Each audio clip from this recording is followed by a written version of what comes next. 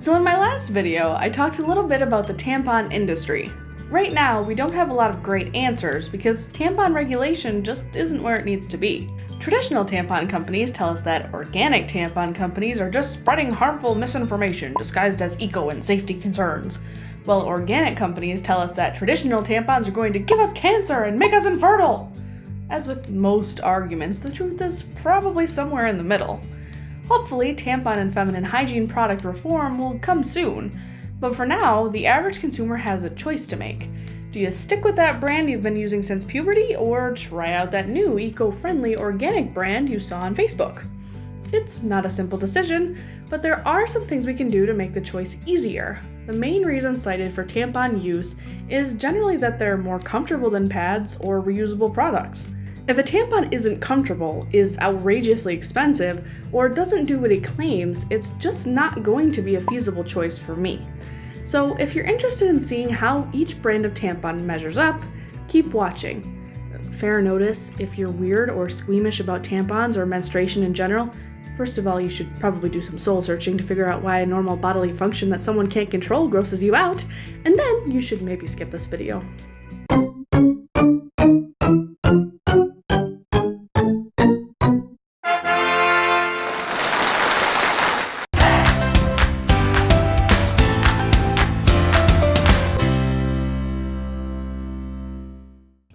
Hey guys, thanks for coming on this weird tampon journey with me.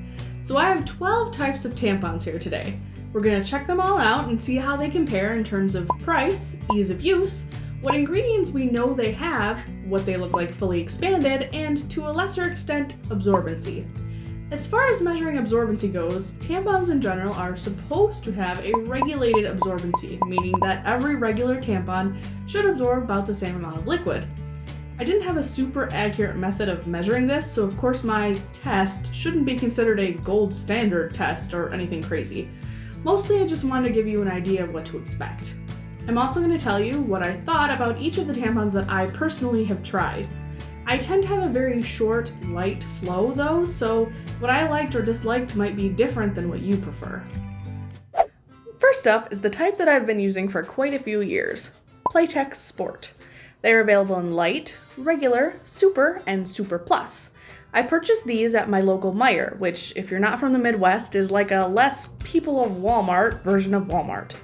I paid $4.19 for this box of 18 regulars. Amazon didn't have this particular box in stock, but they did have a box of 80 of them for $19.59, so there's that. What I've always liked most about this type is how comfortable it is to insert and wear. The applicator has a really great grip that just makes it super easy to hold. If we check out the box, we see that it says that they offer 360-degree protection and have flex fit fibers. These are unscented, although Playtex does offer a lightly scented option called Fresh Balance. They have the standardized absorbency rating of 6 to 9 grams, and they have a contoured applicator. Now, on to the nitty-gritty, the ingredients. The box says that they have rayon and or cotton fiber, polyester or cotton string, and polysorbate 20, which is a surfactant that's there to help the tampon absorb more liquid. If we open the box, we'll see our tampons in their wrappers as well as the usual information insert that warns you about toxic shock syndrome and shows you how to use the tampon correctly. If we open one of the tampon wrappers, this particular tampon has an easy open package, we'll see the applicator. This tampon is a full-size rather than compact version, which just means that you don't have to pull the plunger out before use. The contoured grip is one of the main reasons I like this tampon. It's just comfortable and easy to hold. If we push the plunger down, we'll see the contoured tip opening at the end of the barrel, and finally see the tampon itself. So, now that we know what it looks like normally, how does it expand? For that, we have our trusty glass cup here with our lovely purple water in it. I was going to use red, but apparently some people think that's gross. We're going to drop our tampon in and leave it to open up for a few seconds before removing it and checking it out. So, this is what our tampon looks like after being fully expanded. You can see that it expands in a round sort of shape, which is what they mean by the 360-degree protection. As far as absorbency goes, we have another tampon here and our trusty syringe with 10 milliliters of liquid in it. Using straight up water for this would be kind of useless, as menstrual flow is not like plain water. Menstrual flow has a mix of blood, cervical mucus, vaginal secretions, and endometrial tissue. So, since I was obviously not going to use any kind of actual human secretions for this, I'm using a mix of colored water, corn syrup, and a very small amount of pudding. So here, I'm using the syringe to apply the fluid directly to the tampon, and we're going to see how much it holds before any leaks out. So it looks like the Playtex Sport held about 17 milliliters, or about 3.4 teaspoons of fluid before leaking. So there you go, that was Playtex Sport. I think I already covered what I like about them and why, but in case you missed it, I mostly just like the applicator. I find it really comfortable to hold and use. I also like that they have an easy open wrapper and that it expands in a circular way rather than just in one direction, as a lot of them do. Next up is another popular option, Tampax Radiant. They're available in regular, super, and super plus. I paid $4.19 for these ones at Meijer, but Amazon has them for $3.97. Checking out the box, we see that they have a quiet, easy seal wrapper with leak guard, and they claim to be 100% leak and odor free. As far as the ingredients go, they have a little more info than the Playtex Sport did. They say that these tampons may contain cotton, rayon, polyester, polypropylene, polyethylene, and fiber finishes. Polypropylene is a common type of plastic, and polyethylene is actually the most common type of plastic at this time. In the box, we get the usual information pamphlet here and the tampons themselves. Now, these tampons have an easy seal wrapper, meaning that technically you could reseal them if you changed your mind about it at the last minute or something, although I wouldn't advise opening the wrapper, resealing it, and then using it later, because you cut down on some of the sanitary aspects of it that way. Looking at the tampon itself, it's fancy. It kind of looks like what you'd get if you made Barbie's dream house into a tampon. Like, it has fancy scroll work design on the handle here, so that in the few seconds you look at it, you can feel pretty, I guess. I mean, it's cool, but I'm not sure how many people are buying these because they're pretty. Maybe more than I would think. Who knows? This one also has a contoured grip, and it's pretty comfortable to hold. It also features what they call the leak guard braid, which is designed to stop leaks. When I tried this tampon, I actually was surprised by how much I liked it.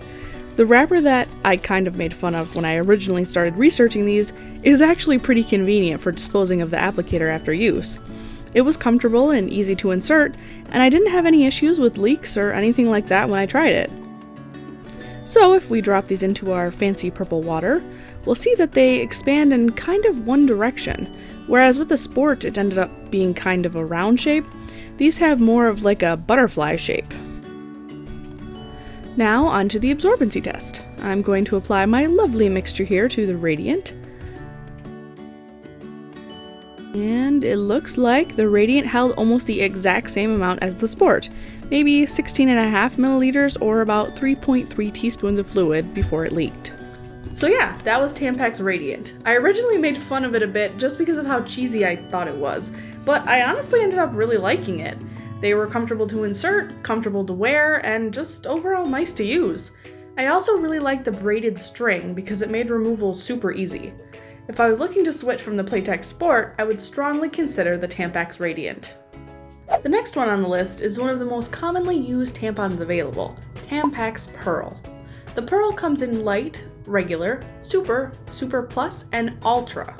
I purchased these for $4.19 at Meijer. The lowest price I could find on Amazon for the same quantity was $5.60. I also have the Tampax Pearl scented here, which were $4.19 as well.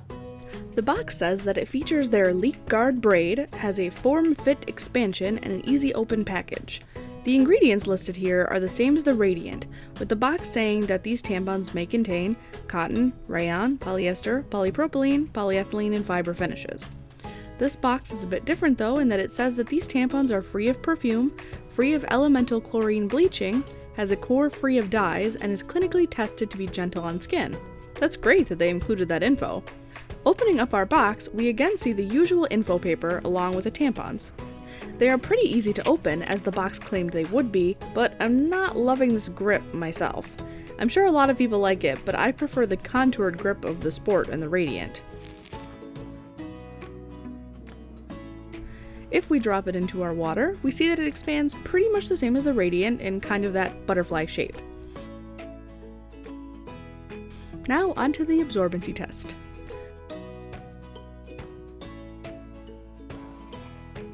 We see that again, the Pearl held about the same amount as the Sport and the Radiant, about 17 milliliters or 3.4 teaspoons before any leaked out.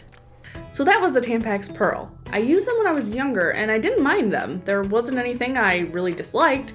I just ended up trying the Sport and I preferred them to the Pearl. Hey guys, so this video ended up being a little or a lot longer than I originally expected. So I asked you guys if you'd prefer one longer video or a few shorter ones, and pretty unanimously you guys said you'd want a few shorter ones. So that's where this one will end, but the next one should be uploaded probably within the next week or so. In the meantime, if you guys want to check me out on social media, here are the links to all of those. Make sure you subscribe so you don't miss when I post the next one. And I'm doing this on Snapchat, by the way, because putting on enough makeup to make me not look like a white piece of paper is just a lot, and I didn't feel like doing it today, so Snapchat filter. But anyway, thank you guys so much for watching, and I'll see you next time. 5, 4, 3. Well, that was really anticlimactic. This is the part where you're trying to hold really close, like you put the tampon wall. Yes. So now then. Yes. So I have to get up and move. I'm gonna kill you. No, you can't, because you can't move. Ha ha ha. I'm willing to do it over. I lose tampon Jacob. Don't laugh, you're shaking the table.